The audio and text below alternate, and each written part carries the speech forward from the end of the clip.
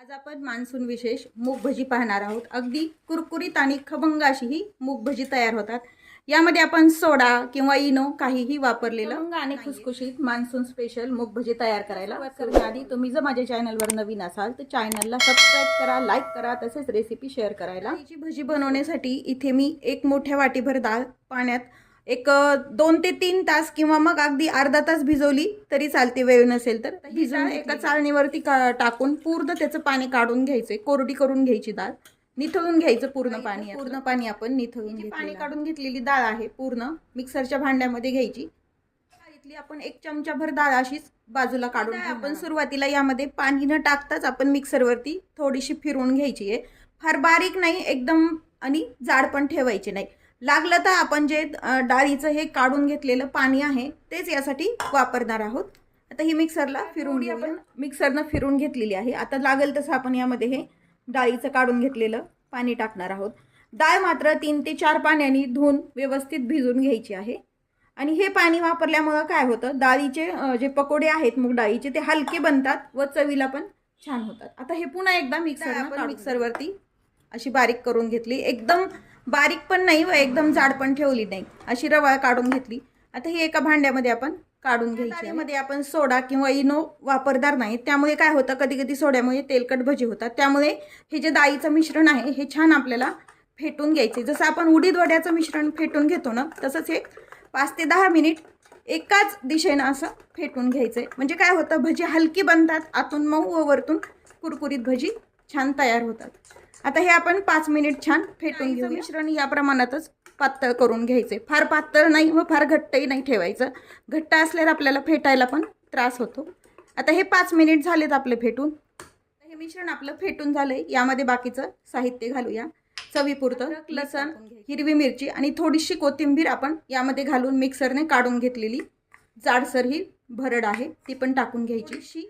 हळद अगदी थोडी टाकायची, नाही तर वडे हे काळसर होतात। नाही टाकलेला तरी कांदा टाकून घ्यायचा, 1-2 छोटे कांदे हे बारीक, कोथिंबीर टाकून घ्यायची।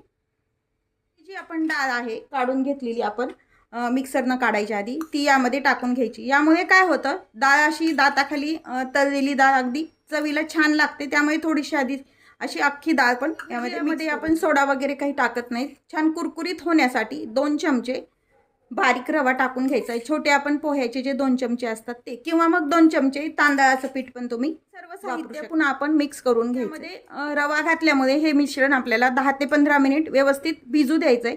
भिजून झाल्यानंतर जर हे मिश्रण घट्ट वाटलं तर पुन्हा आपण यामध्ये पाणी टाकू शकतो।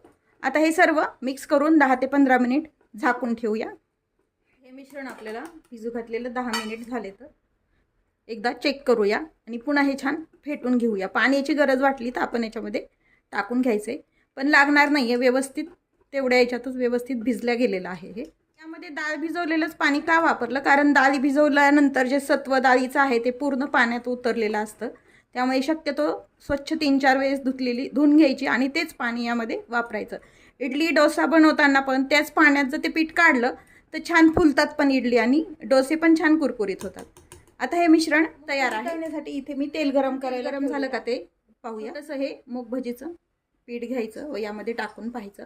तेल व्यवस्थित गरम झालेलं आहे आपलं, अगदी टाकल्या वरती आलं आहे पीठ। मूग भजी चमच्यानी किंवा मग तुम्ही हाताने पण टाकू शकता यामध्ये तळायला।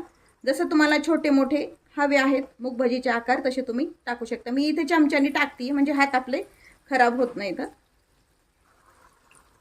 आता या कढईमध्ये बसतील तेवढे आपण मूग भजी टाकून घ्यायची। टाकताना गॅस मात्र सुरुवातीला मीडियम हीटवरतीच ठेवायचा। मध्ये जास्त दाटतील अशी मूग भजी टाकून घ्यायची नाहीत, त्यामुळे काय होतं एखादेच मूग भजी फुटतात पण आणि तळल्या जात नाहीत व्यवस्थित।